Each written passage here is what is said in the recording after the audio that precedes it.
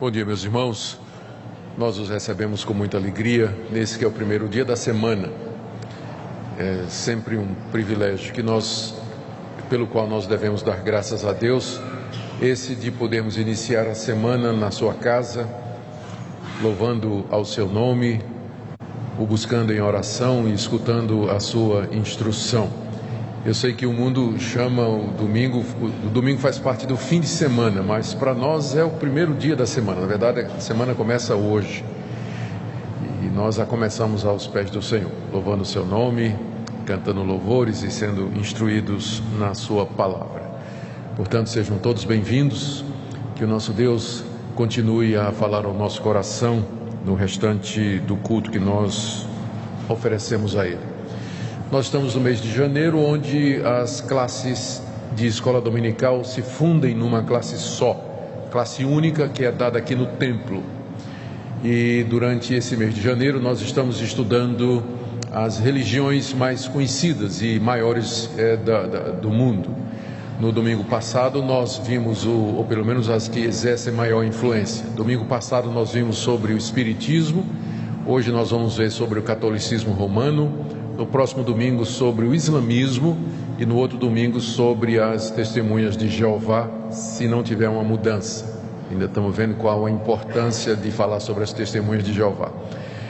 E então, pelas manhãs, o que acontece é que o culto e a escola dominical, na verdade, é uma coisa só. Hoje pela manhã nós teremos a celebração da Ceia do Senhor, que será feita logo em seguida ao estudo, e encerrada a Ceia do Senhor, encerrado o culto, nós vamos ter a oportunidade para o pinga-fogo, que é a parte de perguntas e respostas, em que vocês podem perguntar o que vocês quiserem. E eu farei uma promoção hoje, para cada pergunta uma resposta, certo? Então está em promoção hoje. Se você fizer uma pergunta, você terá uma resposta, nem que seja eu não sei, tá bom? Então isso será feito ao término do culto. Nós vamos celebrar a ceia depois do estudo, depois é que vem o período de perguntas e respostas. Vamos orar mais uma vez, pedindo que o nosso Deus nos oriente agora nessa parte de estudo. Sim, Senhor, nós te damos graças pelo privilégio de começar a semana aos teus pés, cantando louvores ao teu nome, lendo a Escritura, orando e também estudando. Pedimos ao Senhor que teu Espírito Santo continue conduzindo cada parte do que está sendo feito aqui nessa manhã. E agora nessa sessão de estudos, ó Senhor, pedimos que ilumines o nosso entendimento e que o Senhor nos fortaleça na tua verdade, porque é só ela que nós desejamos. Em nome de Jesus. Amém. Como avisado, então, o estudo dessa manhã é sobre a Igreja Católica Apostólica Romana. E nós começamos lembrando que o Brasil permite aos seus cidadãos a liberdade de consciência, de crença e de culto. Cada um tem a religião que quer. Portanto, aqui não se trata de bullying ou perseguição ou, enfim, qualquer outra coisa que contrariaria a nossa Constituição. No Brasil, nós podemos adorar ao Deus que nós quisermos, da forma que quisermos, onde quisermos e quando quisermos. Está garantida a liberdade religiosa, que para nós é bom, para os evangélicos é muito bom, porque nós utilizamos para fazer o que estamos fazendo aqui, nos reunirmos e adorarmos o Deus que nós entendemos que é o único Deus verdadeiro, que se revelou em Jesus Cristo, conforme as Escrituras nos dizem. Segunda observação é que esse estudo, ele é mais um estudo comparativo, ou seja, nós queremos que os nossos amigos católicos continuem sendo nossos amigos. O que nós vamos fazer é apontar a diferença entre o que eles acreditam e o que nós acreditamos. E por que que nós achamos que essa diferença, ela faz com que não haja de fato nós não podemos nos considerar como sendo parte da mesma religião.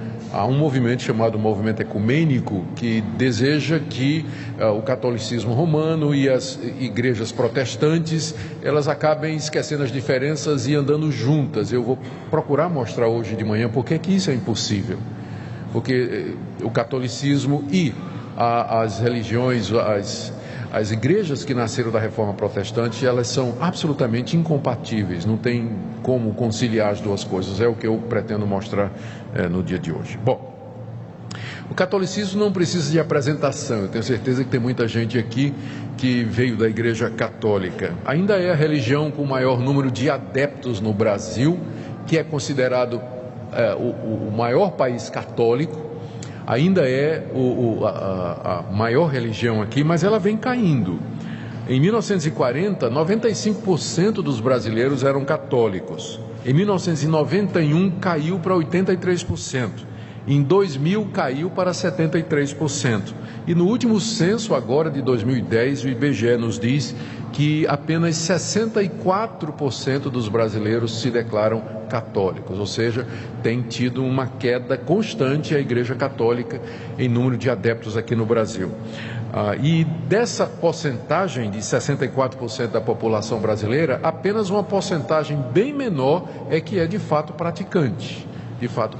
Ou seja, considerado em números reais, alguns chegam a dizer que se os evangélicos, que costumam ser mais praticantes, assim o forem, no final, o número de evangélicos e católicos praticantes é mais ou menos pau a pau, né? Chega perto um do outro, e a diferença é que o número de evangélicos vem crescendo a cada censo que é feito pelo IBGE. A igreja evangélica vem crescendo no Brasil, e isso com a passagem de muitos católicos para essas igrejas, especialmente as pentecostais e neopentecostais. Deixe-me dar aqui um pequeno histórico do começo da Igreja Católica. Embora ela diga que começou com Cristo, na verdade, ela toma forma a partir de 324, com o decreto do imperador Constantino, que torna o cristianismo em religião oficial do Império Romano. E multidões então concorrem para a igreja cristã para ganhar o favor do imperador. E não se conformando com a pureza do evangelho simples, começou-se a acrescentar ritos pagãos e modificar doutrinas. Eu vou falar de alguma delas mais adiante. No século XI, na verdade em 1054, houve o grande cisma do Oriente. Foi a primeira grande divisão na igreja chamada católica. As pessoas geralmente pensam que a reforma protestante foi a grande divisão. Não. Bem antes já teve o chamado grande cisma do Oriente, quando os líderes da Igreja Católica em Roma, sede do Ocidente, e os líderes da Igreja de Constantinopla, que era a capital do Oriente, eles discordaram com relação ao papel do Papa, que a essa altura já vinha crescendo. O Papa queria ser o pai de toda a cristandade, mas os cristãos do Oriente, com sede em Constantinopla, disseram: isso aí nós não vamos aceitar. E aí se excomungaram. O Papa de lá excomungou o Papa de cá, e o Papa de cá excomungou o Papa de lá. Então, as duas igrejas se dividiram com excomunhão mútua, e essa excomunhão foi levantada recentemente, em 1965. Então pararam de considerar excomungados e voltaram ao diálogo. Só para vocês saberem, os protestantes foram excomungados durante a Reforma Protestante, e nós não fomos ainda, não suspenderam ainda a nossa excomunhão, né? Então, nós somos excomungados da Igreja Católica, e essa excomunhão nunca foi suspensa, né? Então, essa conversa de irmãos separados, não. Na prática, né, oficialmente, os protestantes são heréticos e são excomungados da Igreja Católica, e de acordo com a doutrina católica, já que fora da Igreja Católica não há salvação, então nós de fato estamos perdidos indo para o inferno. Mas a primeira grande divisão da Igreja Católica foi exatamente em 1054, e já por conta dessa questão do Papa, né? E aí veio no século XVI uma tentativa de reformar outra vez a Igreja.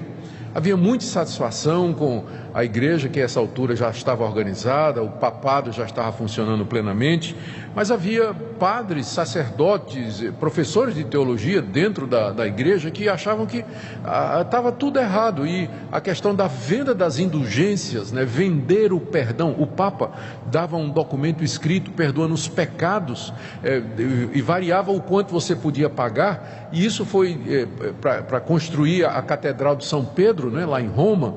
Então os emissários emissários do Papa percorreram a Europa toda vendendo as chamadas indulgências, né? O tesoureiro do Papa era o Tetzel. Ele dizia que quando a moeda caía tilintando no cofre, a alma saía voando do purgatório. Então, Lutero não aguentou isso, né? Lutero e outros diziam, mas isso também é demais. E começou então um movimento de reforma querendo consertar essas doutrinas dentro da Igreja Católica. O movimento não deu certo para reformar a igreja de dentro para fora, e o Papa Leão alguma coisa excomungou Lutero e todos os que seguiam Lutero. Lutero então saiu da igreja e começou o movimento da reforma protestante na Europa no século XVI. E aí homens como Lutero, Calvino, Zwinglio, John Huss, eles se separaram e aí nasceu a igreja protestante ou reformada, de onde nós viemos. O ano que vem nós estaremos comemorando 500 anos desse movimento, 500 anos da reforma protestante.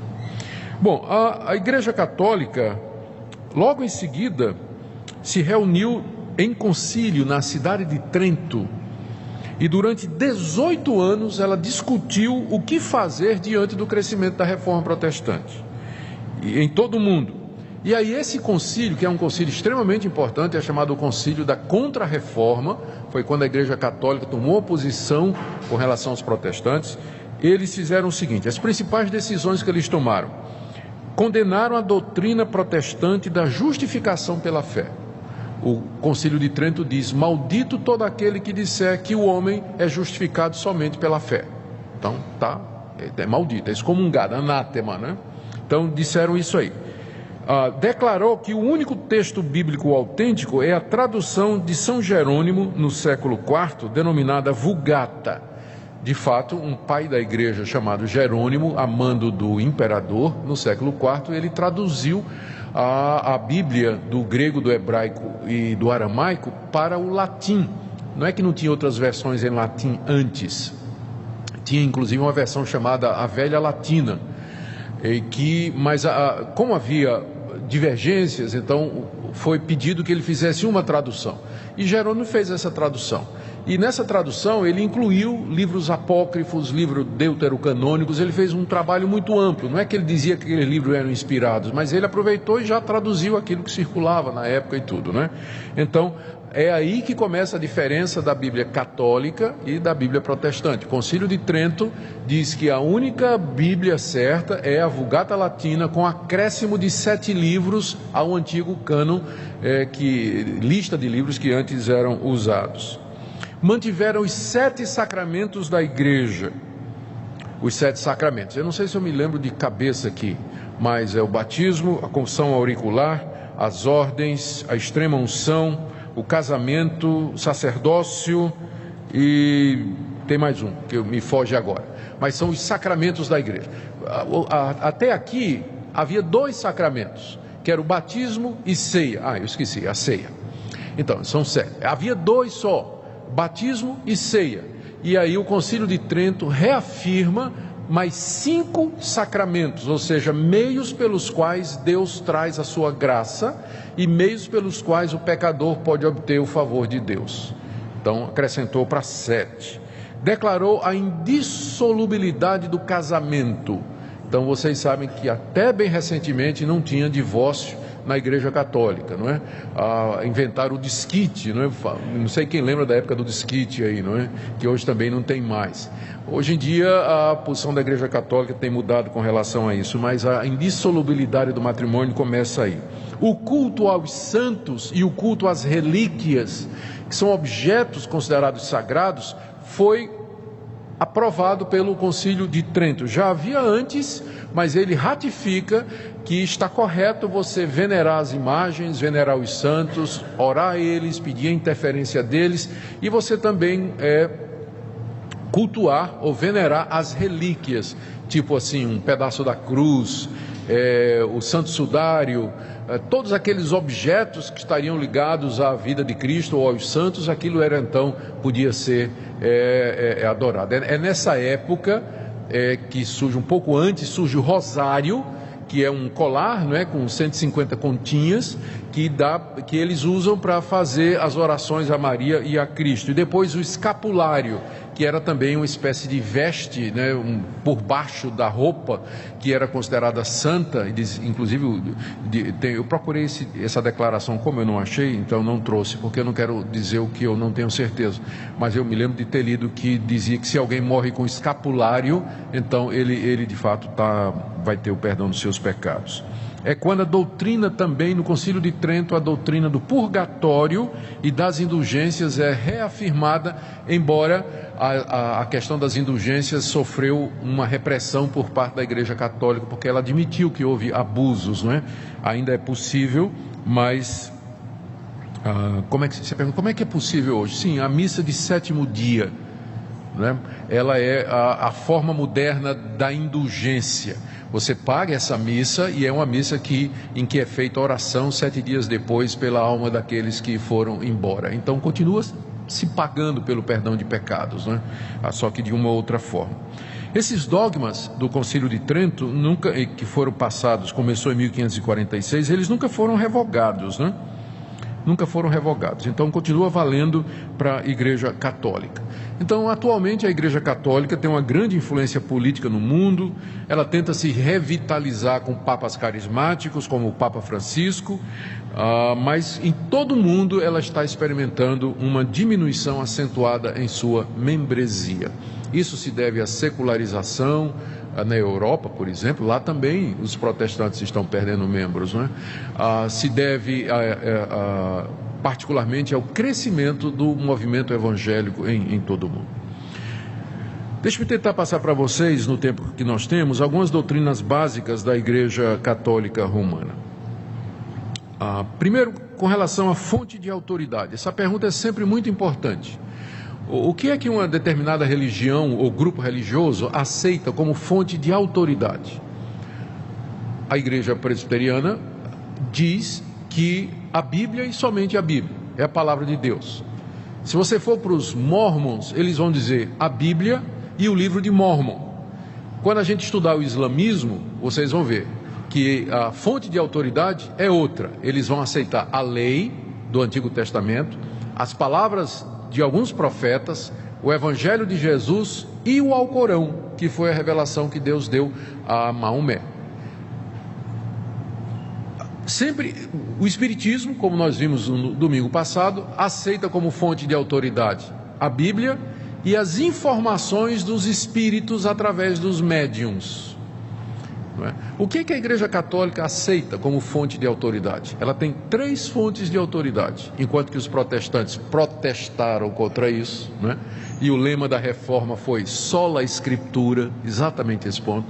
A Igreja Católica tem 3 fontes de autoridade. Primeiro, a Bíblia. Ela aceita a Bíblia como sendo a palavra de Deus. Só que para ela, a Bíblia não é uma revelação fechada, completa. Além da Bíblia, Deus continuou a se revelar na Igreja. E é o que eles chamam de tradição. É aquilo que os pais da igreja no século II, século III, foram percebendo que era a verdade de Deus, o desenvolvimento dessas doutrinas que estão na Bíblia e que têm que ser recebidas no mesmo nível de igualdade da Bíblia, a tradição oral. E o magistério, que são as decisões e pronunciamentos do colégio episcopal, encabeçado por um papa infalível. Então, essas 3 fontes constituem a base de autoridade da Igreja Católica. Aqui, o Concílio de Trento, em 1546, disse, eu estou lendo aqui a seção 4, o item 783. A verdade e disciplina estão contidos nos livros escritos, que é a Bíblia, e nas tradições orais. Deus é o autor tanto do Antigo e do Novo Testamento, bem como das tradições que se referem tanto à fé como aos costumes, quer sejam só oralmente recebidas de Cristo, quer sejam ditados pelo Espírito Santo e conservadas em sucessão na Igreja Católica. E o Concílio Vaticano II, em 1965, ratificou: a Sagrada Escritura é a palavra de Deus, que foi escrita por inspiração do Espírito Santo, e a sagrada tradição, por sua vez, transmite integralmente aos sucessores dos apóstolos a palavra de Deus. Ou seja, em resumo, a Igreja Católica aceita essas 3 fontes. Isso explica porque que você vai encontrar na Igreja Católica dogmas que não estão na Bíblia. Tipo assim, a virgindade perpétua de Maria, Maria nasceu sem pecado, Maria subiu aos céus depois da morte. Nada disso está na Bíblia. Mas é que o católico não aceita só a Bíblia. Ele aceita a revelação constante que Deus vem dando através da igreja, através dos concílios e através dos papas. Então, na hora que você puxa a discussão só para a Bíblia, não é? Aí o católico que conhece a sua doutrina vai dizer, sim, mas a Bíblia não é a única fonte de verdade. A igreja, ela continua recebendo revelações de verdades da parte de Deus. Em resumo, essa é a principal diferença. Sobre a igreja verdadeira, a igreja católica entende que não há salvação fora da igreja católica. Quando falo da igreja católica, é da estrutura da igreja. A igreja como organização. Você tem que ser um católico praticante. Fora da igreja não há salvação. O Papa Pio IX, em 1864, declarou que a Igreja Católica é a única verdadeira religião e não há salvação fora dela. Em 1302, o Papa Bonifácio VIII disse: declaramos, dizemos e determinamos que cada criatura humana deve se submeter à autoridade do Papa de Roma para a sua salvação. Então, quem não se submete à autoridade do Papa e nem participa da Igreja Católica, pela doutrina católica, essa pessoa está condenada. Não há salvação fora da submissão ao Papa e da membresia da Igreja Católica. Aí o pessoal vai dizer, mas vocês não dizem a mesma coisa? Eu dizer, eu não. Para mim, onde houver fé no Senhor Jesus Cristo como Senhor e Salvador, acompanhada de arrependimento de pecados, ali tem salvação. A pessoa pode estar na igreja que for. Mas se ele crer em Jesus como seu único e suficiente Salvador, está arrependido dos seus pecados e espera somente em Cristo para a vida eterna, ali está o meu irmão, ali está a igreja. Pode ser na denominação que for. É bem diferente da atitude católica, não é? Tem que estar na igreja católica para poder ser salvo. Um outro ponto aqui, que é básico para a igreja católica, é a doutrina do sacerdócio dos padres. Nós vamos chamar de sacerdote, porque eles fazem uma distinção. Então, mas o sacerdote que é o padre, né? O sacerdote católico. O Concílio de Trento de 1546 considerou o sacerdote como sendo capaz de perdoar pecados como Deus. Não a pessoa do sacerdote, mas é que ele está representando Jesus Cristo. E essa doutrina católica do sacerdócio dos padres, o padre funcionando como mediador entre Deus e os homens, eles entendem que é uma continuação do sacerdócio do Antigo Testamento. No Antigo Testamento, Moisés estabeleceu pessoas, sacerdotes, que ofereciam sacrifícios sobre o altar e intercediam diante de Deus pelo povo. E se voltava para o povo e pronunciava a absolvição, o perdão de pecados. Eles entendem que o sacerdote católico exerce a mesma função. Só que agora, em vez de sacrifícios, o sacerdote media a missa. É o santo sacrifício da missa. Então, em vez de ser um sacrifício de um animal, é o pão e o vinho que são o corpo de Jesus. Então eles dizem, a doutrina católica diz, que pelas palavras do sacerdote, o pão e o vinho, a hóstia, né, se transformam no corpo de Cristo. Eles fazem inclusive uma diferença aqui, para dizer o seguinte, o que muda, eles aqui estão usando o pensamento de um filósofo grego chamado Aristóteles, que fez a distinção entre forma e essência, entre essência e acidente. Ele diz, quando o sacerdote pronuncia as palavras, isto é o meu corpo que é dado por vós, fazer isso em memória de mim, então o pão e o vinho continuam na forma, no acidente, da mesma maneira, mas a essência deles se transubstancia no corpo e no sangue de Cristo. Então de fato, Cristo está ali presente em corpo, cabelo, osso, nervo, sangue, músculo, ele está ali. A forma ainda é do pão e do vinho, mas a essência é literalmente a pessoa de Cristo. Então, o sacerdote é a pessoa que tem o poder de fazer esse milagre da transubstanciação. É o nome que a Igreja Católica dá ao que acontece durante a missa, a hóstia.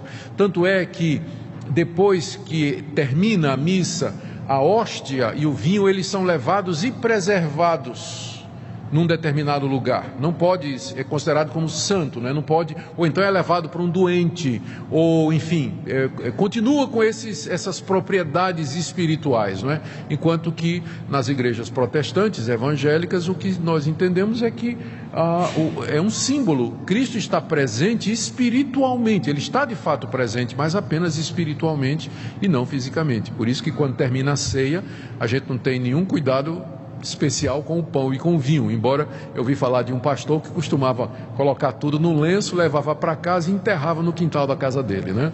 Para preservar o pão da ceia, né? Nós não temos essa prática, porque nós entendemos que a presença de Cristo é apenas espiritual e simbólica, ele não está presente. Mas por causa da doutrina da missa da Igreja Católica, o sacerdote, ele tem essa super importância, porque ele é o homem, é a pessoa através de quem o pão e o vinho se transformam no corpo de Cristo, e então o fiel precisa do sacerdote. É por isso que fora da igreja não pode haver salvação, porque é na Igreja Católica que está aquele que transforma o pão e o vinho no corpo e na presença real, física de Cristo ali durante aquele sacramento. Também o sacerdote, não é?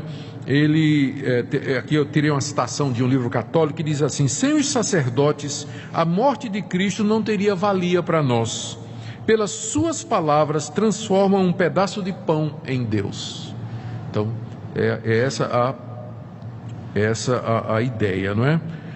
E exatamente também por conta disso, é que o sacerdote, ele é capaz de perdoar pecados na confissão auricular.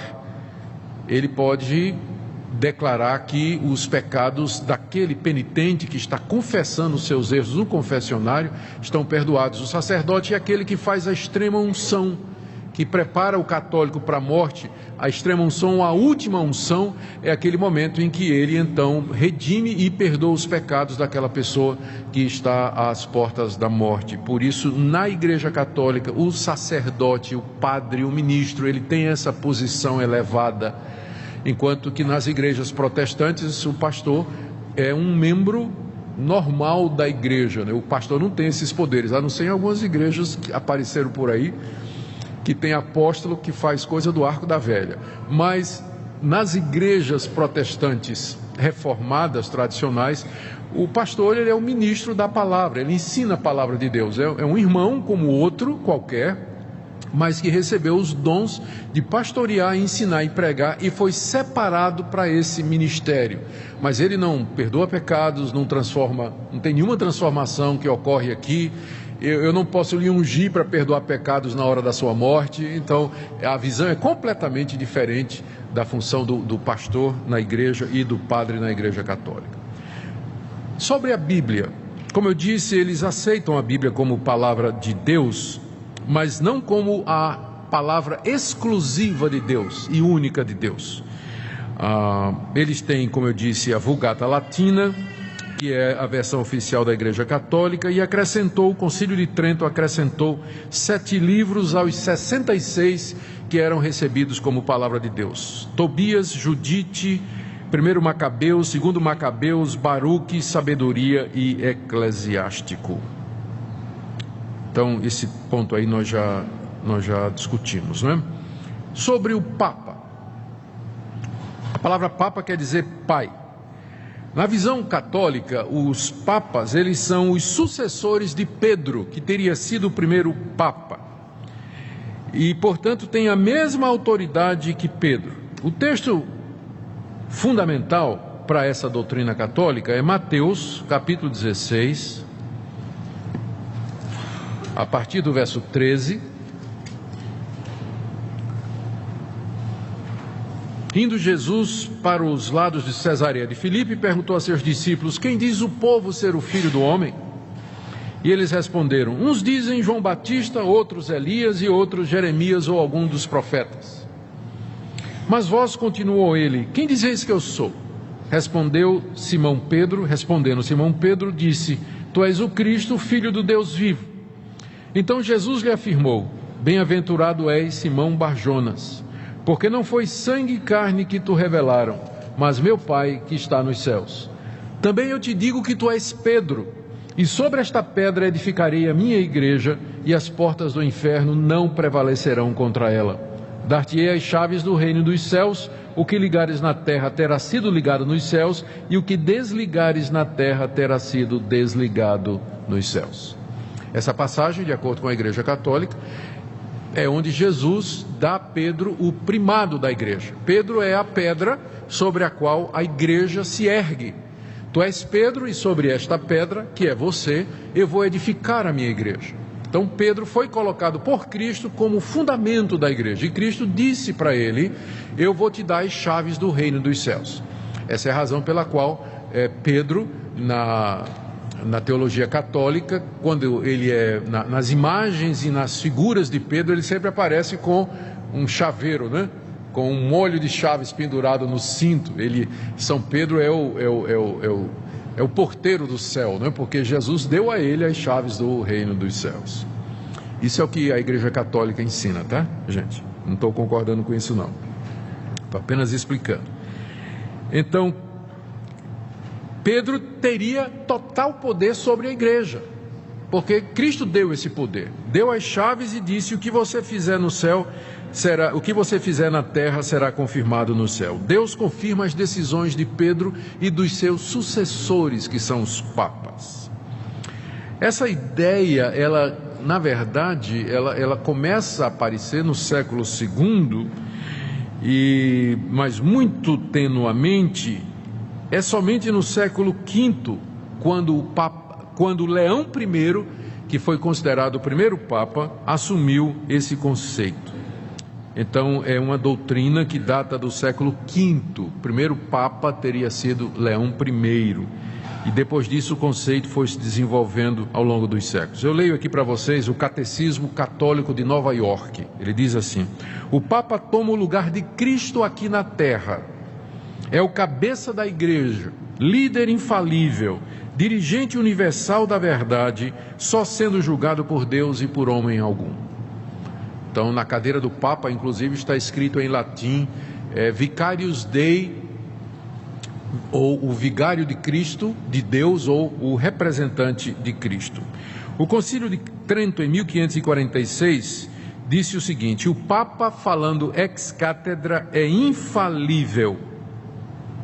Então, a definição da infalibilidade papal é de 1546. O que é que significa ex cátedra? Cátedra é cadeira em latim, e é o lugar onde o Papa senta, e lá está escrito o vigário de Deus, né? Vicario Dei, em latim, o substituto, o representante de Deus. Quando o Papa se senta naquela cadeira e ele faz pronunciamentos sobre fé e prática, esses pronunciamentos são infalíveis e não podem ser revogados. E passa a ser dogma para o católico. O católico tem que aceitar isso que o Papa pronuncia ali. Por exemplo, dois exemplos. O Papa Pio IX, em 1854, falando ex cátedra, disse que Maria foi concebida sem pecado e virou dogma da Igreja Católica depois dessa declaração dele. Mais recentemente, em 1950, o Papa Pio XII decretou a Assunção de Maria, ou seja, Maria, depois de morrer, ela foi assunta aos céus, ela subiu aos céus, não é? Ela ressuscitou, o seu corpo subiu até os céus, onde ela está intercedendo pelos pecadores. E por falar em Maria, esse é um ponto também muito importante dentro do catolicismo romano. Em 431, o concílio de Éfeso chamou Maria de Mãe de Deus. A razão pela qual esse concílio, tão cedo na história do cristianismo, chama Maria de Mãe de Deus, é porque eles estavam lutando contra uma heresia que dizia que Jesus não tinha corpo real, Jesus era uma aparência. O nome dessa heresia era docetismo. Então os docéticos diziam que Jesus, porque era Deus, não é porque era Deus, ele não poderia ter um corpo humano verdadeiro. Então, reagindo a isso, os cristãos daquela época se reuniram e disseram: não, Jesus foi concebido da Virgem Maria, ele tinha um corpo real e verdadeiro, e sendo ele Deus, portanto, Maria é mãe de Deus. Jesus é verdadeiro. A ênfase era na divindade de Cristo e a sua humanidade, só que eles fizeram isso via Maria, né? Então Maria é a mãe de Deus. Faltou o cuidado de dizer que Maria é a mãe da parte humana de Jesus, porque Deus de fato não tem mãe, mas o concílio definiu isso aí. Maria passa a ser considerada então a mediadora entre Deus e os homens. Vocês todos já devem ter visto aqueles plásticos no vidro traseiro do carro de alguns amigos católicos dizendo: pede à mãe que o filho atende, não é? Pede à mãe que o filho atende. Em 1854, o Papa, eu já falei, decretou a Imaculada Conceição de Maria. Em 50, olha o que é que o Papa Pio XII declarou: Maria ressuscitou dos mortos logo após a sua morte, foi levada aos céus e lá entronizada como rainha dos céus. Então, na teologia católica, Maria está agora assentada no trono à direita de Deus, juntamente com Jesus Cristo, e ela é a mediadora entre Deus e os homens, entre Deus e Cristo. Purgatório é uma doutrina que foi declarada como dogma em 1439 por Gregório o Grande. Tomás de Aquino, que é o grande teólogo católico, ele diz assim: no purgatório o sofrimento é idêntico ao do inferno, só que dura menos. Purgatório, na teologia católica, é um estado após a morte, em que entram aqueles que cometeram pecados mortais e, após certo sofrimento, esses pecados são purificados e eles sobem aos céus. A teologia católica faz diferença entre pecado mortal e pecado venial. São 7 pecados mortais: gula, blasfêmia, assassinato, mentira, adultério. E tem os pecados veniais, que são todos os outros. Os pecados veniais, eles podem receber perdão aqui, se você seguir toda a tramitação católica para isso: a missa, confissão auricular, extrema-unção, esmolas, tudo. Os pecados mortais, você ainda tem uma chance depois da morte, que é o purgatório. Você vai para o purgatório para purgar pelo sofrimento esses pecados que não foram perdoados durante a sua vida aqui. E para diminuir o tempo de sofrimento no purgatório, é possível os vivos, os parentes e os amigos, abreviar o tempo de sofrimento dando esmola para a igreja, fazendo penitência ou pagando missa de 7º dia. Então daí vem a oração pelos mortos dentro da igreja católica. A orar por aquelas almas que estão no purgatório, para que o sofrimento delas seja abreviado e elas possam imediatamente passar para o céu depois do tempo de sofrimento.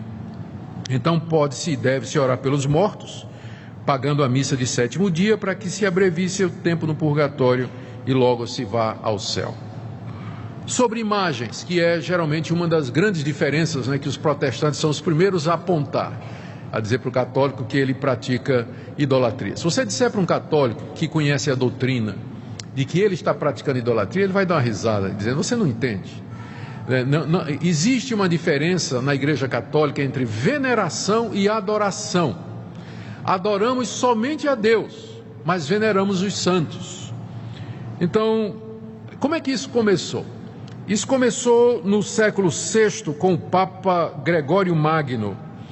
Ele achou que era interessante introduzir na igreja imagens e pinturas dos santos, de Jesus, de Maria, para inspirar os analfabetos, as pessoas que não conseguiam conceber o Evangelho, pessoa que tinha capacidade pequena de entender, e é um pessoal que entende mais gravura e imagem.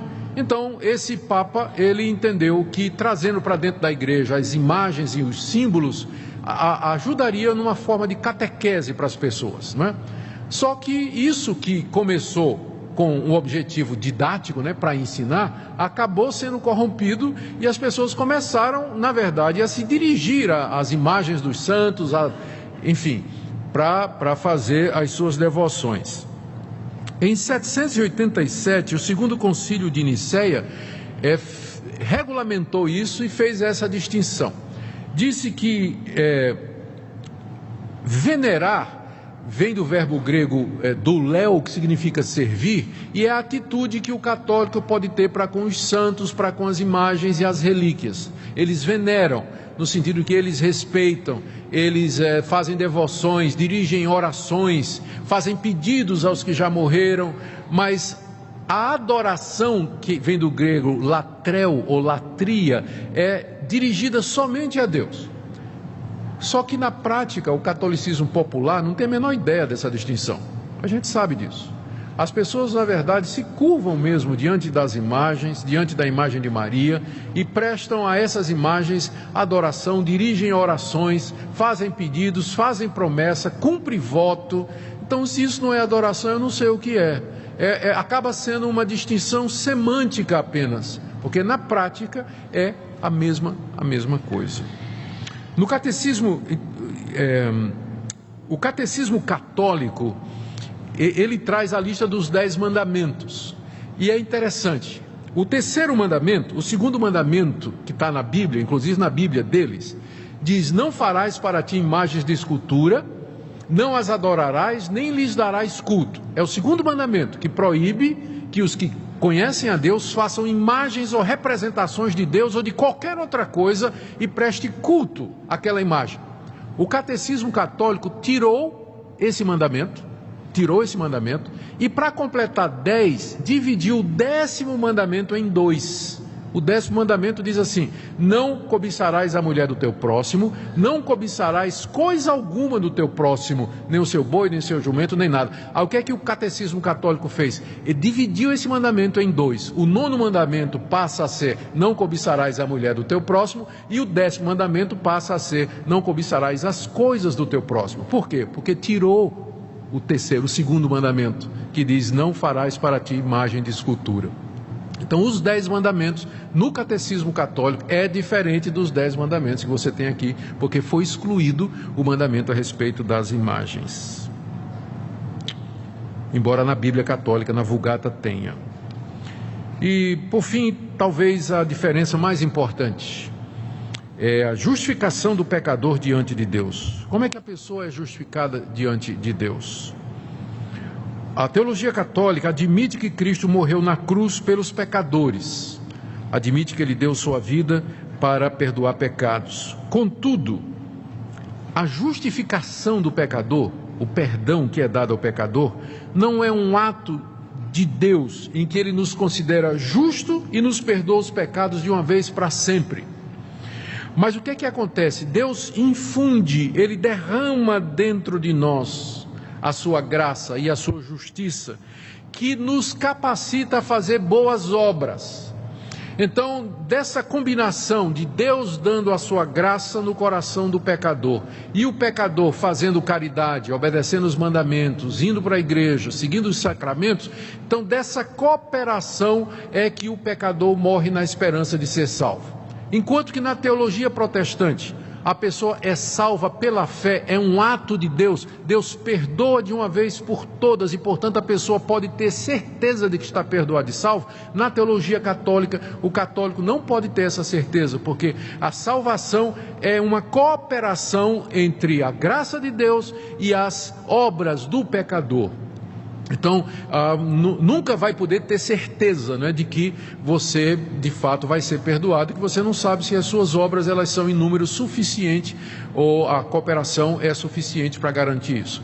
Enquanto que, ou usando outro termo, na igreja reformada como a nossa, a salvação é monergista, ou seja, é um ato de Deus e de Deus somente. Na igreja católica é sinergista, é um ato de Deus junto com a colaboração do pecador. É errado você dizer que o católico acredita que a salvação é só pelas obras. Ele não vai dizer isso. Ele vai dizer, não, Cristo morreu pelos meus pecados, eu creio na graça de Deus, mas só que eu tenho que fazer a minha parte. Se eu não fizer a minha parte, isso não vai adiantar nada. né? Eu posso não merecer. Então é uma sinergia, é uma combinação. Enquanto que na igreja, esse foi o ponto da reforma protestante. Lutero descobriu, mas peraí, a Bíblia está dizendo que Deus justifica o pecador pela fé, é pela graça, não por obras, não tem participação minha. Eu sou um pecador que recebo a graça de Deus livremente. A salvação é um dom de Deus do começo ao fim, ela não é resultado da minha cooperação com Deus. E você vê como essa ideia, né, sinergista, esse pensamento católico da cooperação do pecador na salvação, ela impregnou a nossa cultura brasileira.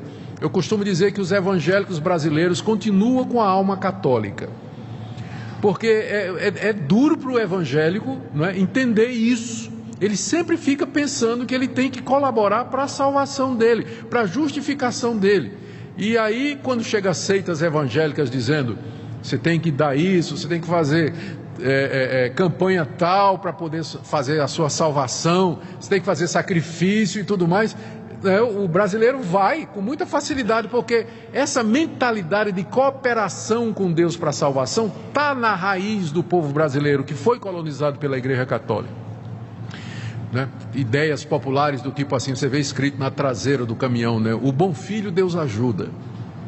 Já viram aquela caminhão que tem uma plaquinha atrás, o bom filho Deus ajuda, né?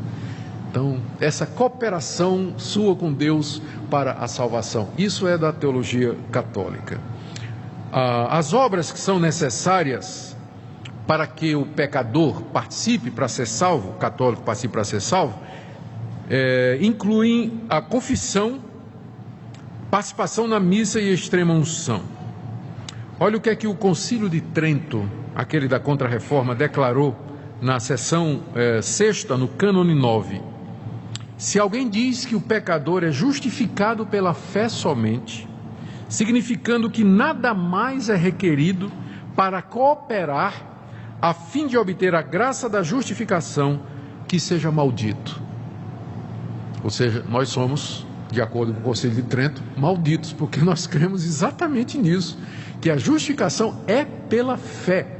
Cristo fez uma obra completa, não tem nada mais a ser feito a não ser humilhar-se diante de Deus, reconhecer que é pecador e receber gratuitamente o perdão completo que Cristo comprou na cruz por nós. Muito bem, estas são algumas das doutrinas fundamentais e principais da Igreja Católica. Em que é que os protestantes então divergem, não é? O que deu origem à reforma protestante, que vai fazer 500 anos? Não? Por que essa diferença toda? Bom, primeiro com relação ao conceito de igreja, e quem é o seu cabeça. De acordo com a Escritura, e eu quero aqui pegar Efésios, capítulo 1, Efésios capítulo 1, verso 22 e 23,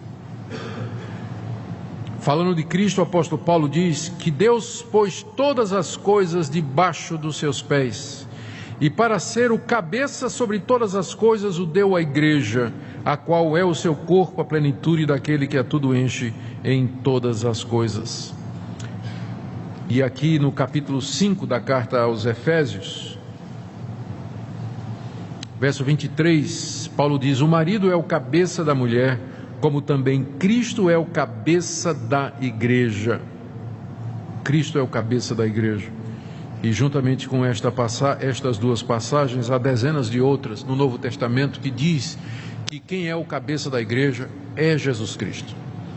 Jesus Cristo é o cabeça da igreja, Ele é o Senhor da igreja, Ele é o centro da igreja, é dele que procede toda a autoridade no céu e na terra. Dizer que o Papa é o cabeça de Cristo o transforma num usurpador, e foi por esse motivo que os reformadores disseram que o Papa é o anticristo,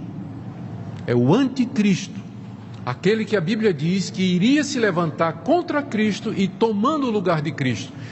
A confissão de fé da Igreja Presbiteriana do Brasil afirma isso, que o Papa é o anticristo, porque ele se declara o cabeça da igreja e o líder supremo da cristandade. Então, de acordo com teologia protestante, não é? Essa é uma usurpação, querer tomar o lugar de Cristo dentro da sua igreja. Membros da igreja são todos aqueles que nasceram de novo pela fé em Cristo Jesus. Evangelho de João, capítulo 1.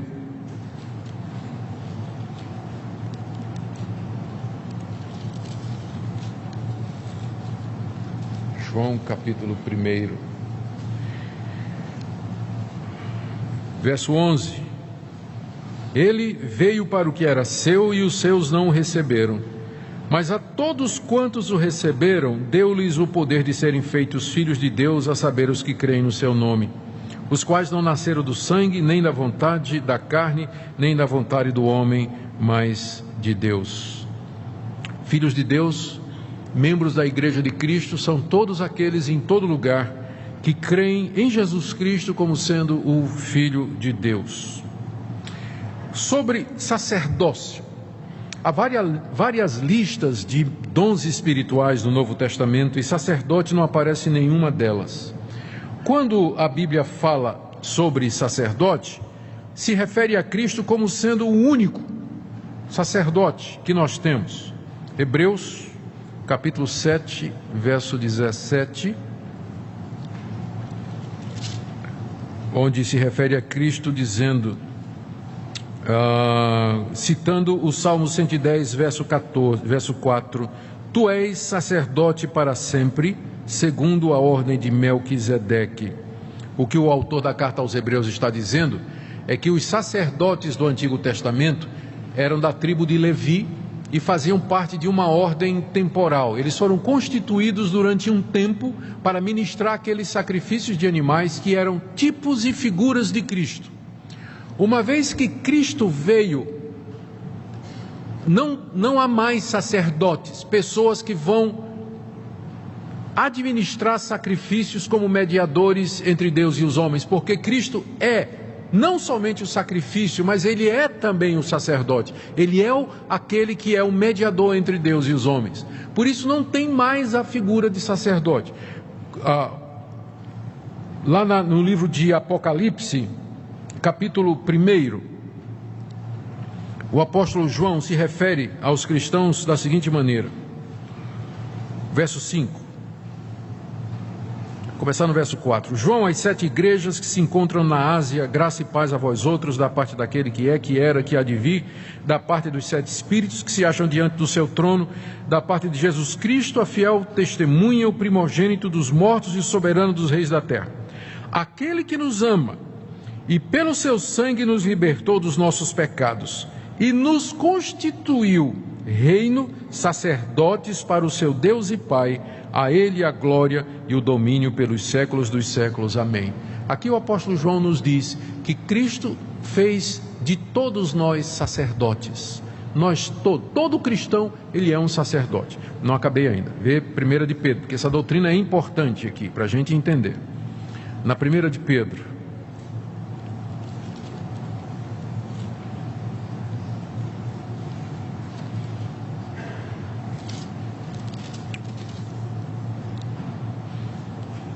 capítulo 2,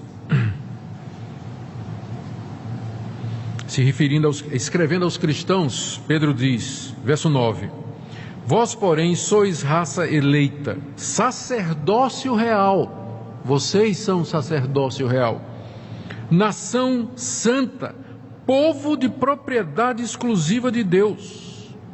Pedro se refere aos cristãos como sendo sacerdócio real, nação santa, povo exclusivo de Deus.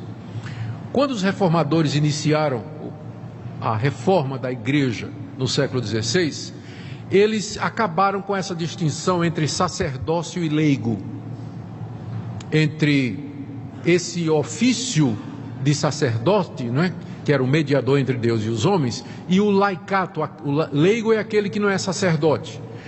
E os reformadores disseram que todos os crentes são sacerdotes.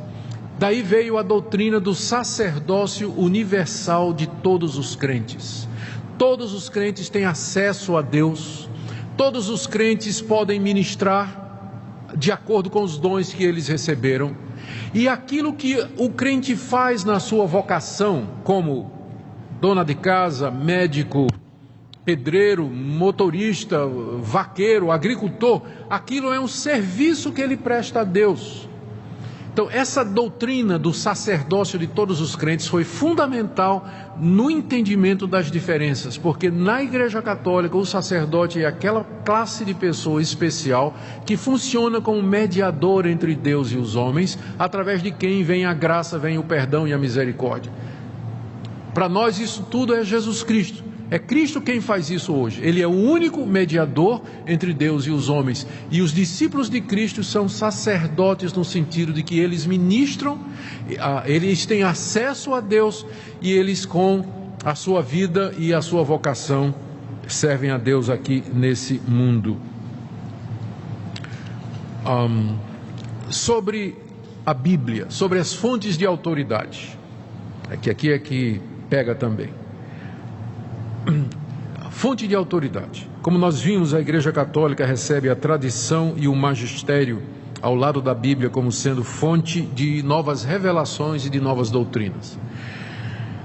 Já primeira coisa, os apóstolos, eles foram aqueles através de quem Deus revelou a verdade pela última vez.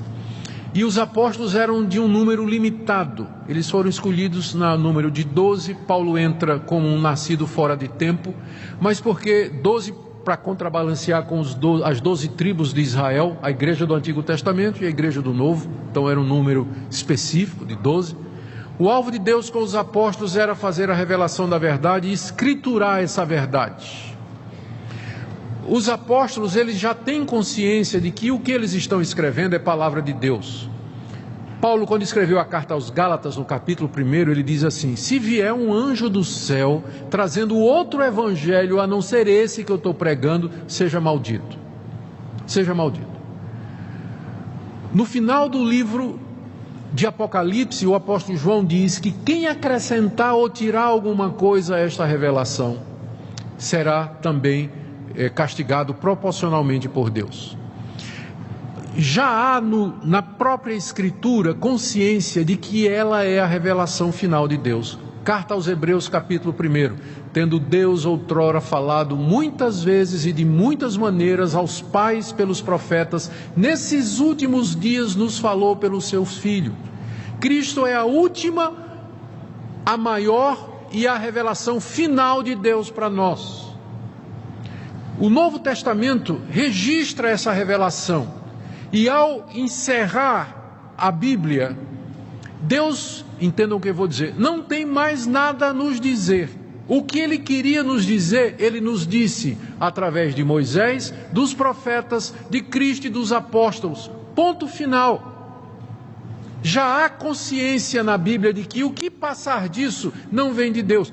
Os apóstolos já começaram a lutar com os falsos profetas. Quem eram os falsos profetas na época de Paulo, Pedro, João? Eram pessoas que diziam que tinham um novo entendimento ou uma revelação além daquela que os apóstolos estavam ensinando. Os apóstolos combateram ferozmente aquilo ali, dizendo: não tem, acabou. Judas, a carta de Judas. Judas é irmão de Jesus, é o irmão de Jesus que escreve essa carta. Ele diz assim: eu estou escrevendo essa carta para encorajar vocês a lutar pela fé que de uma vez por todas foi dada à igreja. Já foi dada de uma vez por toda. Então o que vem além disso é de homens. É de homens. Então todas essas doutrinas que não têm base na Bíblia, que se desenvolveram ao longo da história, elas não foram desenvolvidas com base na Bíblia. Purgatório não tem base bíblica, Assunção de Maria não tem base bíblica, veneração de homens não tem base bíblica, purgatório não tem base bíblica. Foi desenvolvido depois e sem fundamentação bíblica alguma. Sem fundamentação bíblica alguma. Então essa é a grande diferença. Os protestantes disseram, os reformadores disseram há 500 anos atrás: nós temos de voltar para a Bíblia. Eles não estavam ensinando nada novo. Eles disseram: nós queremos voltar ao início de tudo, queremos voltar à fé simples, original da Bíblia, e nos livrar de todo esse acúmulo de doutrinas que foram inseridas na igreja pelos papas, pelo magistério católico e pela tradição, que não tem fundamentação. Nós não queremos isso. Queremos voltar para a Bíblia. Então, essa é a grande diferença entre a Igreja Católica e a Igreja Protestante. É a questão da autoridade. Onde é que você baseia as suas doutrinas? Nós queremos dizer só a Escritura, somente a Bíblia. Mas a Igreja Católica vai dizer a tradição, o pronunciamento dos papas e o magistério da Igreja. Então, a diferença é muito grande, não é? Agora, vamos voltar lá para o outro ponto central, que é a interpretação de Mateus 16. Pedro é de fato o Papa? É isso que Jesus quis dizer? Mateus 16, verso 18, palavras de Jesus a Pedro: eu te digo que tu és Pedro, e sobre esta pedra edificarei a minha igreja, e as portas do inferno não prevalecerão contra ela. Dar-te-ei as chaves do reino dos céus, o que ligares na terra terá sido ligado nos céus, e o que desligares na terra terá sido desligado dos céus. Uma regra simples de interpretação bíblica é que você não forma doutrina a partir de uma única passagem.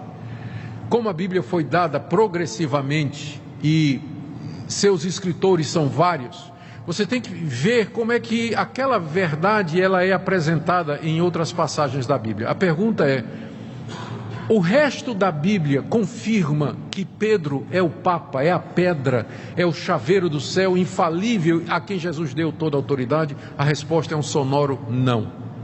Não. Vamos conferir.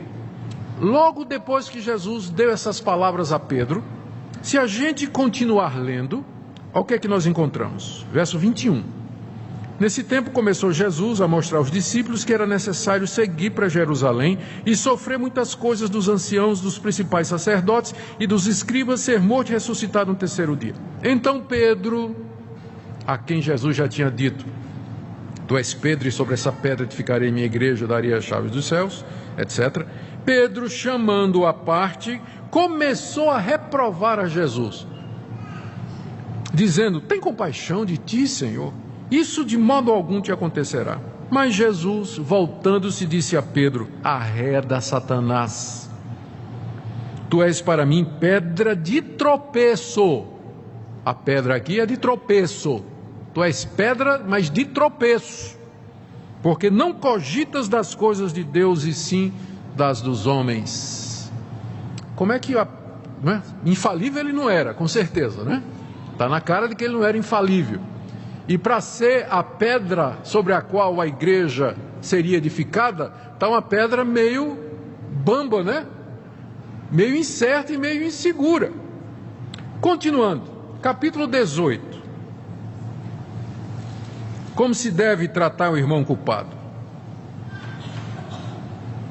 Jesus diz a partir do verso 15: se teu irmão pecar contra ti, vai arguí-lo entre ti e ele só. Se ele te ouvir, ganhaste a teu irmão.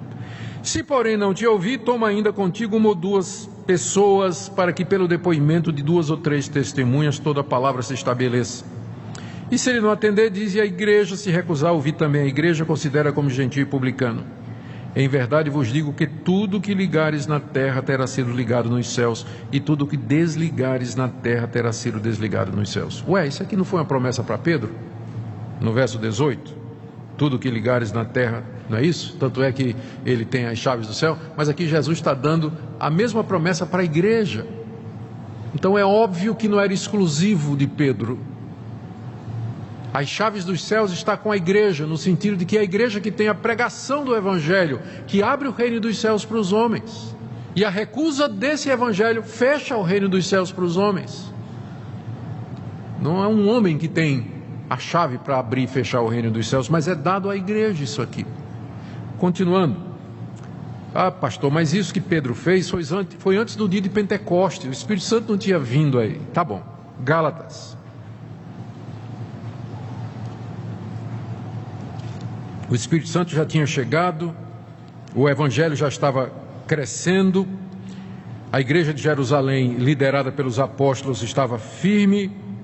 Olha o que Paulo conta em Gálatas 2, verso 11. Quando, porém, Cefas, que é Pedro, veio a Antioquia, resisti-lhe face a face, porque se tornara repreensível. Repreensível. Pedro tinha dificuldade em aceitar que o não-judeu pudesse receber o Evangelho. Ainda era o ranço do legalismo judaico. E aí o que é que acontecia? Quando Pedro estava com os judeus, ele se comportava como judeu, mas ele queria que os gentios, ou pensava que era melhor que os gentios se circuncidassem, se tornassem judeus. Aí uma vez Pedro foi visitar Antioquia, que era uma igreja feita de não-judeus. E chegou lá, ele resolveu fazer o jogo. E sentou-se lá com os gentios e comendo com eles e tudo, tendo comunhão. De repente o pessoal diz, olha, está chegando uma turma aí da igreja de Jerusalém, aqueles judeus ortodoxos e tudo mais. Aí Pedro já começou a disfarçar. Ele não queria ser visto comendo com os gentios. Tirou o time de campo, ficou meio assim de canto. Aí Paulo chegou. Aí quando Paulo viu, Paulo esqueceu que Pedro era o Papa, né? Ele disse, por que você está fazendo essa incoerência? Gálatas 2.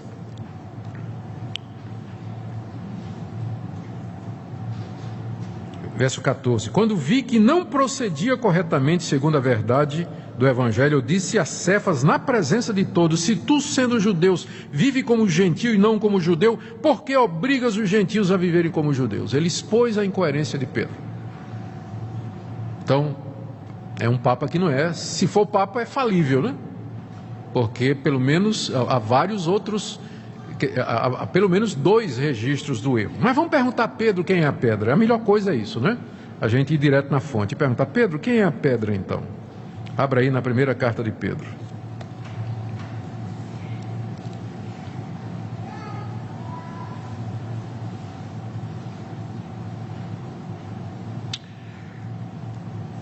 Vamos ler 1 de Pedro, capítulo 2, verso 2 em diante. Desejar ardentemente, como crianças recém-nascidas, o genuíno leite espiritual, para que por ele vos seja dado crescimento para a salvação, se é que já tendes a experiência de que o Senhor é bondoso. Chegando-vos para ele, a pedra que vive. Quem é a pedra que vive na teologia de Pedro? Jesus. Chegando-se para ele a pedra que vive, rejeitada assim pelos homens, mas para com Deus eleita e preciosa. Assim vós mesmos como pedras que vivem, todo cristão é pedra nesse sentido. Sois edificados, porque somos como tijolos da construção que é a igreja.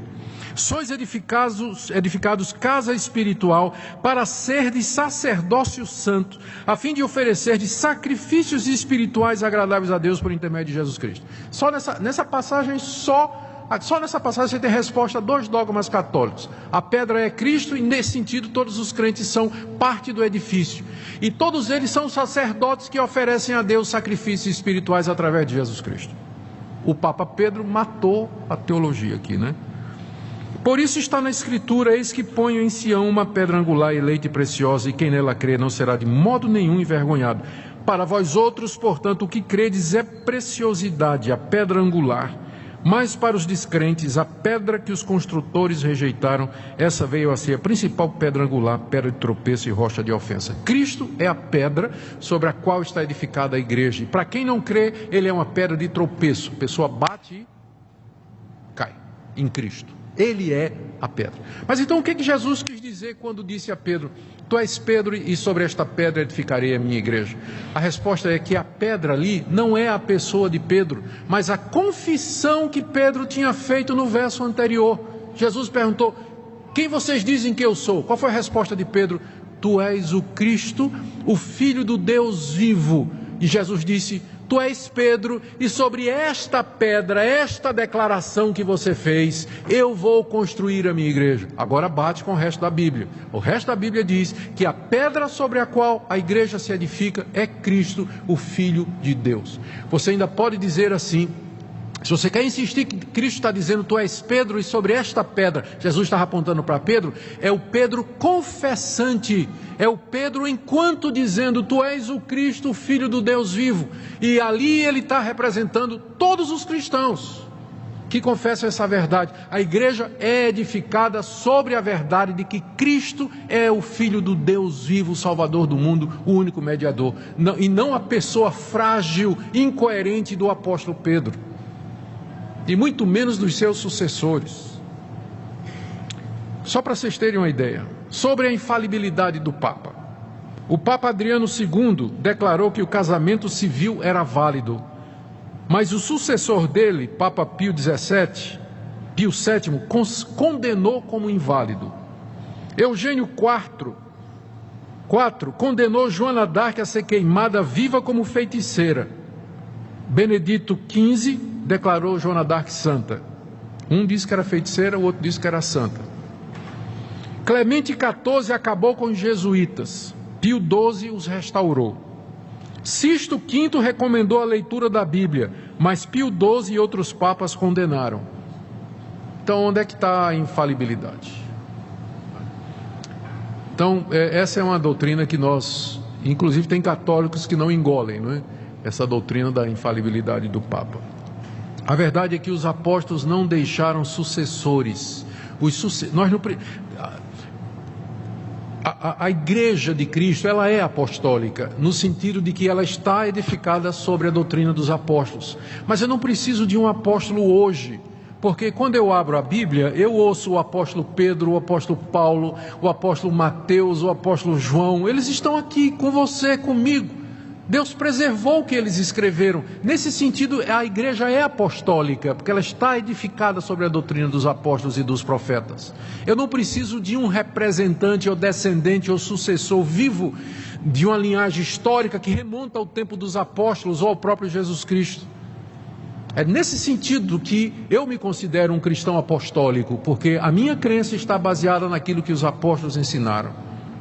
Meu problema não é com Igreja Católica, porque a Igreja Católica significa simplesmente universal. Apostólica também não tem um problema com isso. Meu problema é com o Romana. Esse é o nosso problema, certo? Essa é a nossa dificuldade. Mas eu sou um cristão católico apostólico e você também. O problema é que nós não somos romanos. Temos dificuldade com essa parte aí, porque de Roma saíram todas essas doutrinas que nós entendemos que não estão de acordo com a palavra de Deus. Sobre Maria, pouca coisa precisa ser dita, não é? Os evangélicos, eles devem lembrar que Maria de fato foi uma judia piedosa, temente a Deus, e às vezes por conta dos exageros católicos sobre a pessoa de Maria, a gente nem prega sobre Maria, né? É difícil um pastor evangélico pregar sobre Maria, porque tem medo dos abusos lá, mas Maria é um exemplo para nós. Ela é uma mulher de fé, sem dúvida, entra na galeria daquelas santas mulheres piedosas que serviram a Deus através da história da igreja, mas isso não quer dizer que nós vamos admitir coisas que a Bíblia não diz sobre ela, que ela nasceu sem pecado.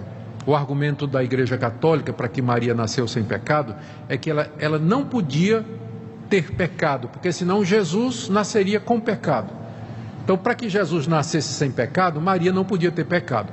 Mas aí você vai ter que usar o argumento ad hominem ou ad infinito. Então Maria, a mãe de Maria, também não podia ter pecado. E a mãe da mãe de Maria também não podia ter pecado. E aí você vai ter que admitir a existência de uma linhagem que vem de Adão, de pessoas que nunca tiveram pecado para poder resultar em Cristo Jesus. Vejam o absurdo disso aí. A respeito dela ser mediadora entre Deus e os homens, não é? A Bíblia nos diz em 1 Timóteo, capítulo 2, de 5 a 6, há um só Deus e um só mediador entre Deus e os homens, Jesus Cristo, o homem. E em João 14, 6, Jesus Cristo disse: eu sou o caminho, a verdade e a vida, ninguém vem ao Pai senão por mim. Então está muito longe da Bíblia o dogma a respeito de Maria. Sobre a missa nós já explicamos que o sacrifício de Cristo foi feito de uma vez por todas e ele não se repete. E, portanto, na ceia nós apenas celebramos em memória. Sobre o purgatório, a Bíblia é muito clara. Mais uma vez, você não encontra na Bíblia a doutrina do purgatório, que depois da morte a pessoa vai purgar os seus pecados através do sofrimento nesse lugar. Quando a Bíblia descreve o que acontece depois da morte, é sempre dizendo que há apenas dois lugares, dois estados e duas situações. Em João 3, 16 a 18 está dito que Deus amou o mundo de tal maneira que deu o seu Filho unigênito para que todo aquele que nele crê não pereça, mas tenha a vida eterna. E aí ele acrescenta no verso 18, dizendo assim: quem nele crê não é julgado, O que não crê já está julgado, porque não crê no nome do unigênito Filho de Deus. Quem crê será salvo, quem não crê já está condenado. Pronto. É assim que a Bíblia descreve. A história do rico e Lázaro, lá de Lucas 16, volta a dizer isso. 2 pessoas morreram, uma foi para o céu, outra foi para o inferno. Não havia consciência do que estava acontecendo, desejo de retornar, tudo aquilo foi vedado, o lugar era a situação era fixa e imutável. Hebreus capítulo 9,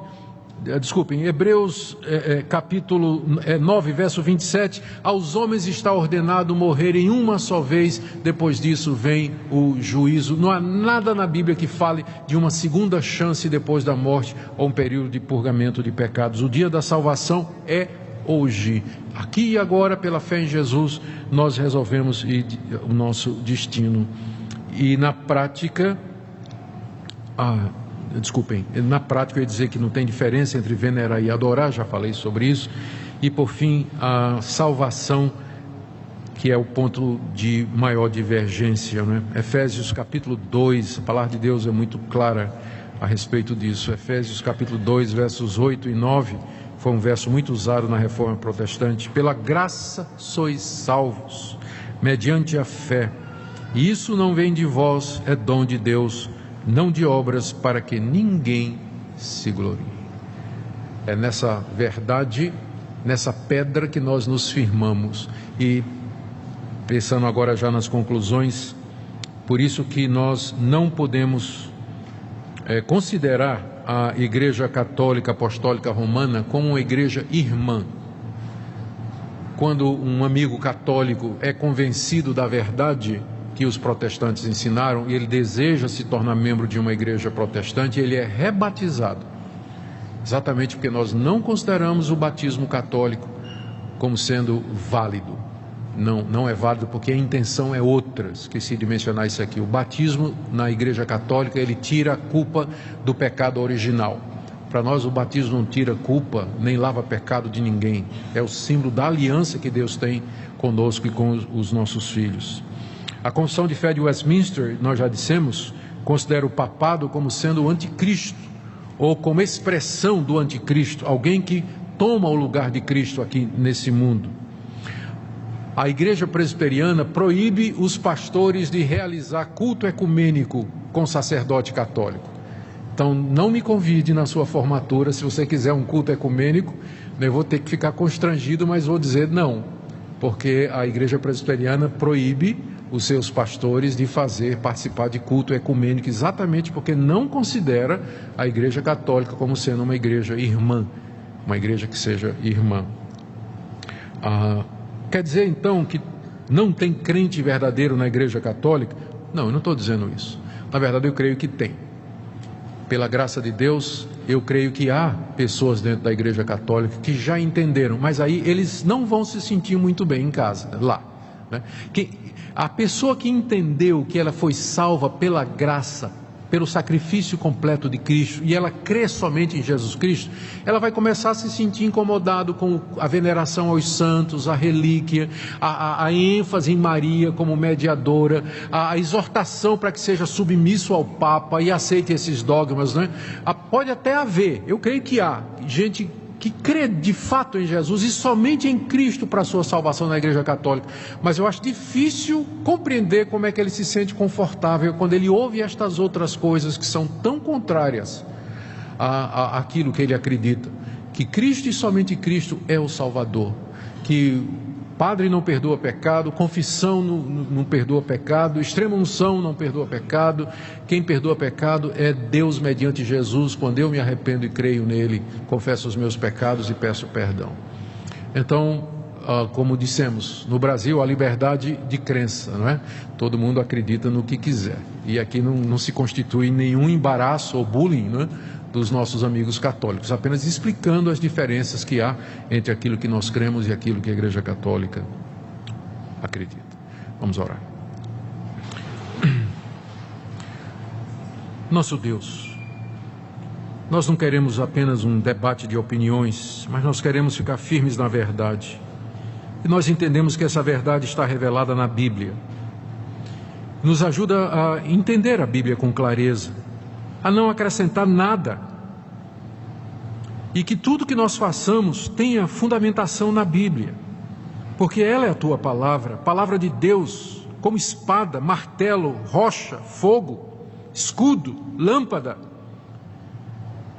São todas essas figuras que ela usa para nos dizer da sua importância e da sua exclusividade. Pedimos, nosso Deus, que nos perdoe quando fomos além da Bíblia ou ficamos aquém do que ela ensina. Nós queremos pedir também quando, às vezes, temos sido intransigentes com aquelas pessoas que não pensam como nós. Nos ajuda a amar e a mostrar a verdade em amor. E nós oramos por aqueles que estão aqui nesta manhã e que ainda não compreenderam a verdade simples do Evangelho, que teu Filho Jesus é a pedra, a rocha, quem nele crê não será envergonhado, e que nele há plena e completa salvação. Ajuda os nossos filhos a entender a importância da igreja, da classe de catecúmenos, da doutrinação. Senhor, não é por causa da instituição, por causa da figura da igreja, mas porque nós queremos a verdade, queremos te servir dentro da verdade. Tu procuras aqueles que te adoram em espírito e em verdade, e é isso que nós queremos ser e fazer. Agora, Senhor, quando vamos celebrar a ceia, dê que seja um momento de confirmação na verdade daqueles que creem e de despertamento para aqueles que ainda estão em dúvida. É o que nós te pedimos em nome de Jesus.